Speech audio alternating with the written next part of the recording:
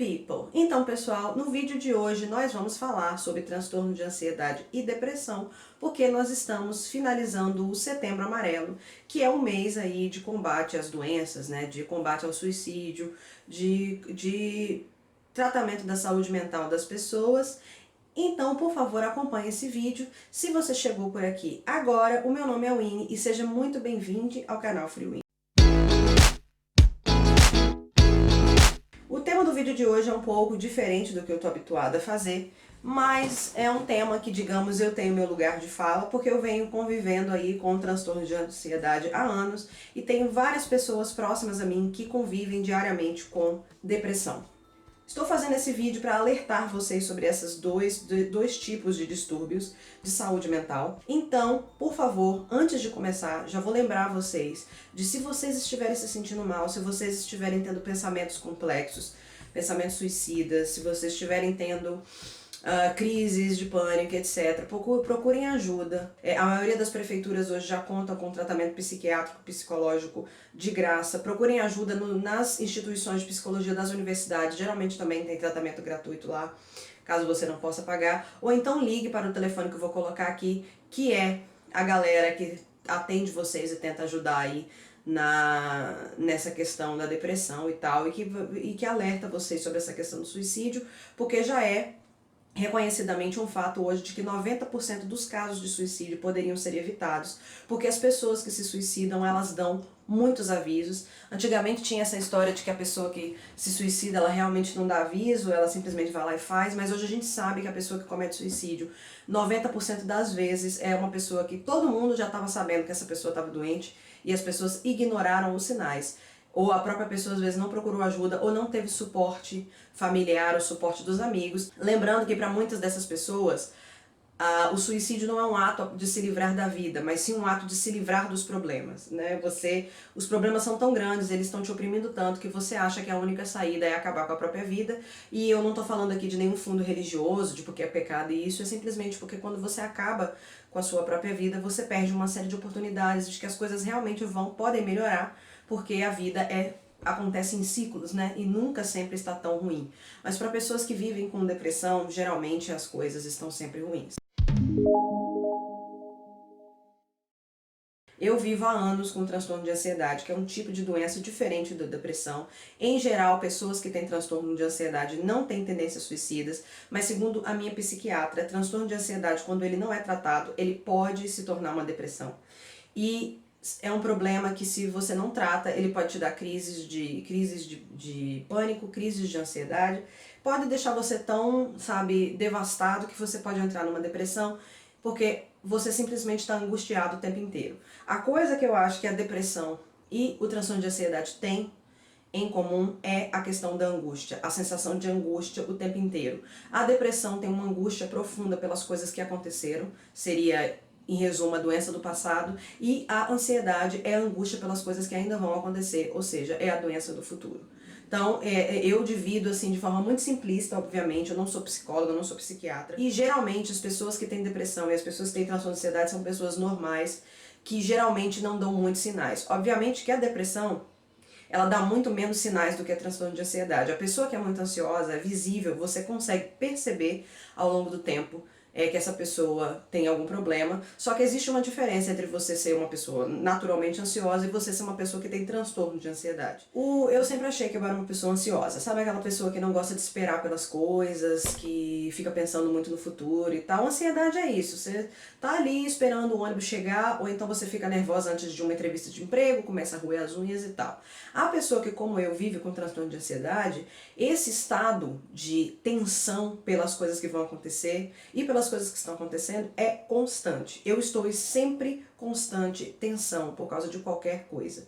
O transtorno de ansiedade transforma os acontecimentos mais simples em coisas super difíceis da gente lidar.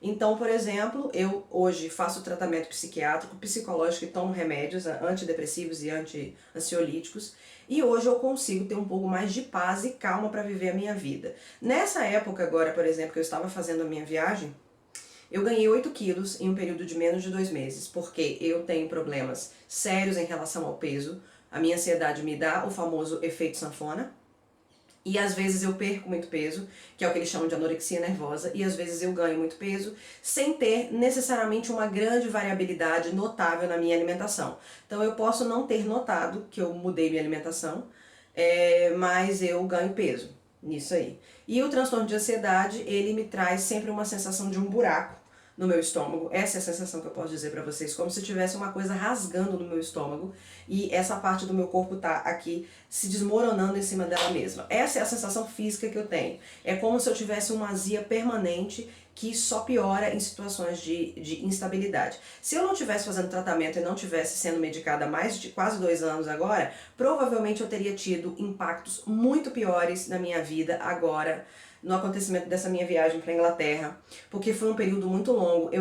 Comecei o processo aí em outubro do ano passado, já falei disso, e entrei com o processo para a Bolsa de Estudos em abril desse ano. Então até as coisas saírem, o resultado saiu lá na universidade em julho, aí depois demorou mais 15 dias para sair e a viagem foi acontecer em setembro, então foram 5 meses aí de espera. Muitas pessoas consideram transtorno de ansiedade e depressão como frescuras, mas o transtorno de ansiedade ou depressão, além de serem doenças muito sérias que têm impactos emocionais muito difíceis e psicológicos muito difíceis, também têm impactos físicos.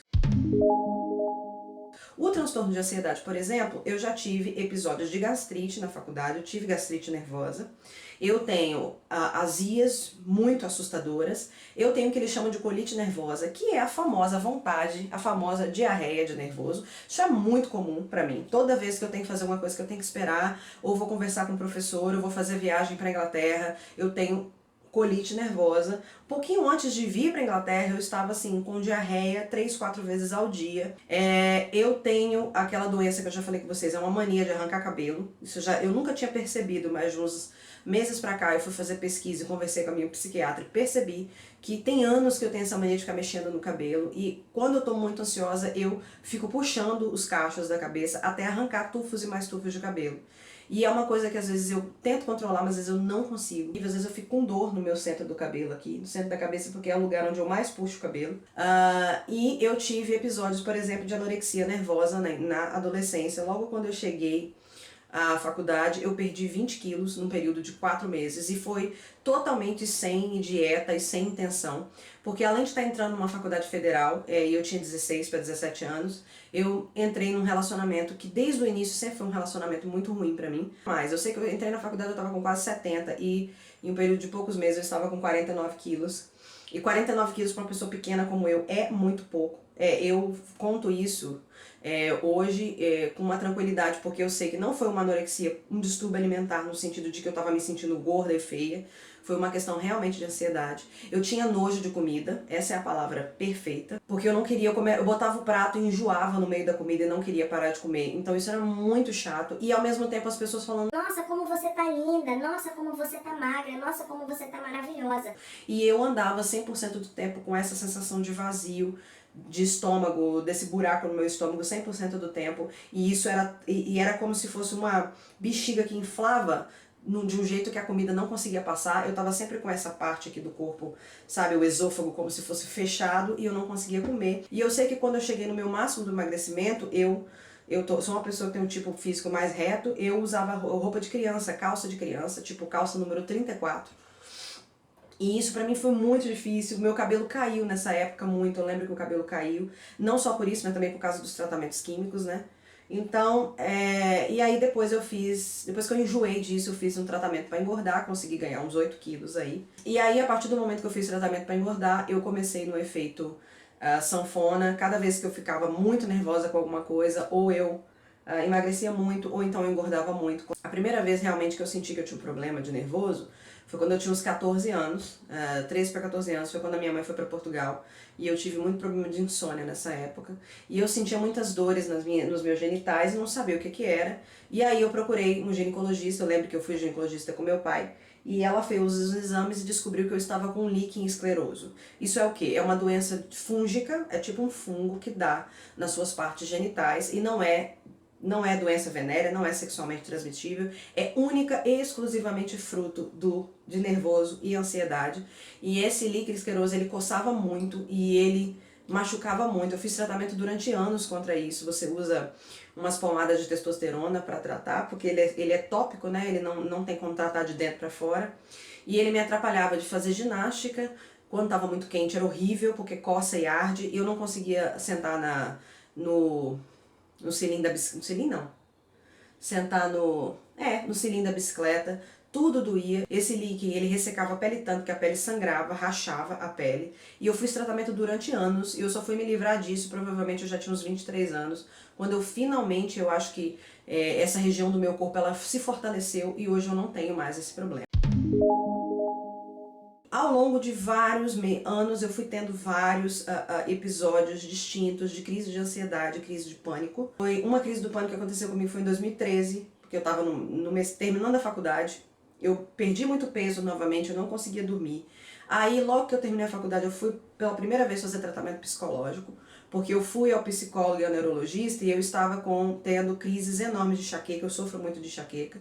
E aí o neurologista fez exames e falou, olha, essa enxaqueca sua é de fundo emocional, e eu tenho de vez em quando crises de enxaqueca muito fortes, é de fundo emocional, não tem uma outra razão biológica e você tem que procurar tratamento.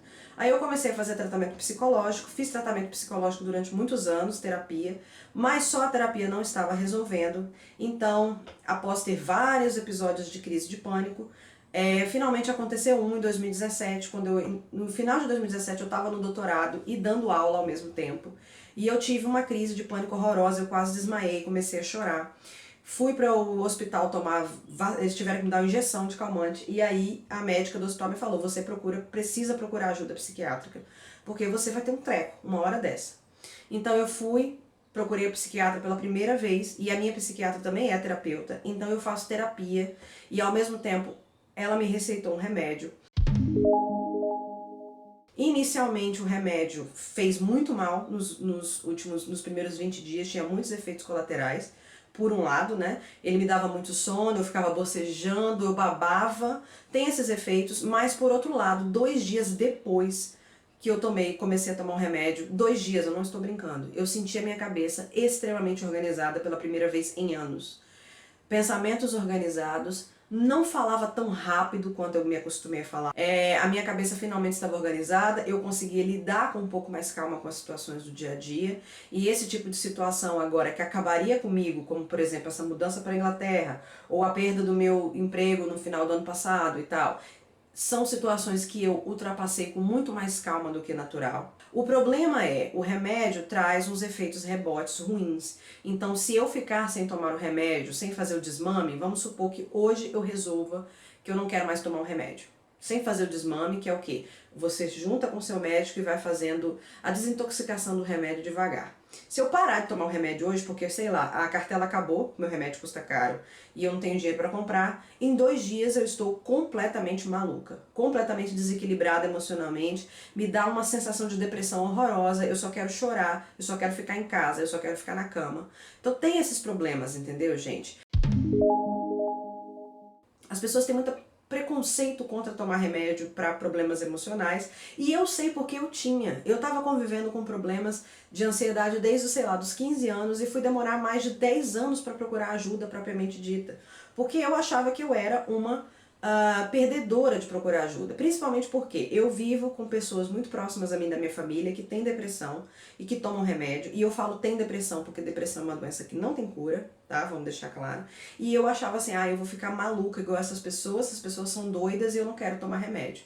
E eu demorei muito tempo para procurar ajuda, tive muito problema para começar a tomar o remédio, mas a partir do momento que eu comecei a tomar e senti o que era viver de uma forma normal sem um transtorno de ansiedade, eu finalmente percebi que não é esse bicho de 7 cabeças. Sabe por quê?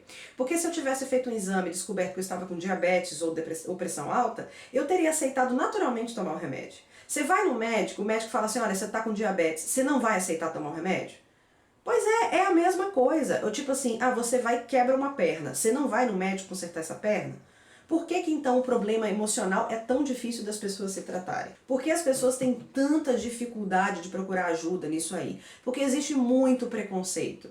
Quando você descobre que você está doente de uma dessas situações, transtorno de ansiedade ou depressão, você se sente um perdedor, você se sente um outsider da sociedade. E você sabe, acima de tudo, que as pessoas não vão tratar isso com seriedade. A maioria das pessoas que estão com depressão ou transtorno de ansiedade ouvem muito das pessoas que Isso é frescura. Ah, mas você tá só triste. Ah, mas ansiedade é normal, todo mundo é ansioso. as pessoas têm extremamente pouca empatia com o problema alheio, principalmente quando é um problema emocional. Você não ouve falar com pessoas, ai cara, não toma essa insulina não, esse negócio de diabetes é besteira. Não, você não ouve. Mas quando a pessoa está tomando antidepressivos, você escuta muitas pessoas falando mal.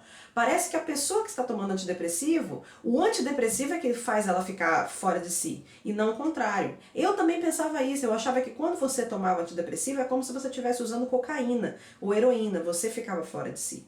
Mas o antidepressivo e o ansiolítico, eles são o contrário, eles fazem você encontrar o seu ponto de equilíbrio e conseguir viver uma vida normal.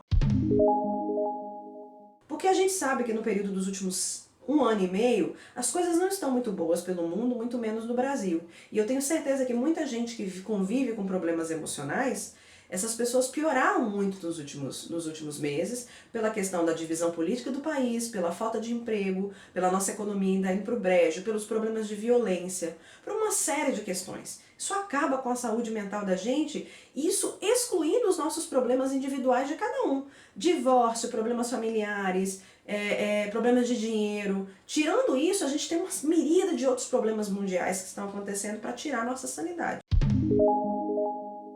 Que você precisa buscar ajuda. A depressão, ela dá sinais, entendeu? A depressão não é apenas uma tristeza, uma melancolia, que daqui a pouco você sai para beber com os amigos e melhora. A depressão é um estado mental contínuo de tristeza, de não ver o mundo com, sabe, com uma nova luz, que é como se fosse uma carga que você carrega todos os dias em cima das suas costas. E você consegue trabalhar, às vezes você está rindo, dando gargalhadas. Eu tenho uma pessoa próxima a mim que é uma das pessoas mais alegres que eu conheço e que eu sei que convive com depressão todos os dias, toma remédio para isso. E a pessoa está dando gargalhadas, está super divertida e você não sabe a tristeza que ela carrega dentro de si. A depressão tira a vontade das pessoas de sair da cama de manhã, de ter vontade de seguir em frente, até chegar ao ponto em que a depressão entra na crise, porque a depressão tem crises assim como a ansiedade, e a pessoa não quer sair do quarto, a pessoa não quer ver ninguém, a pessoa só quer ficar na cama todo dia deitada, até que chega o ponto da pessoa começar a aventar a possibilidade, a ventilar a possibilidade de tirar a própria vida. E sabe o que é pior? Você que convive com essa pessoa muitas vezes viu, muitas vezes percebeu e achou que era frescura. Não ignore o apelo e a reclamação das pessoas do seu dia a dia. Para finalizar esse vídeo, gostaria de agradecer a uma doadora da minha vaquinha Leve-me para o Doutorado Sanduíche em Londres, que é a minha querida professora Lúcia Maria Costa, que foi uma das queridas doadoras da campanha, que contribuiu com o valor de R$100. Querida professora Lúcia, muito obrigada.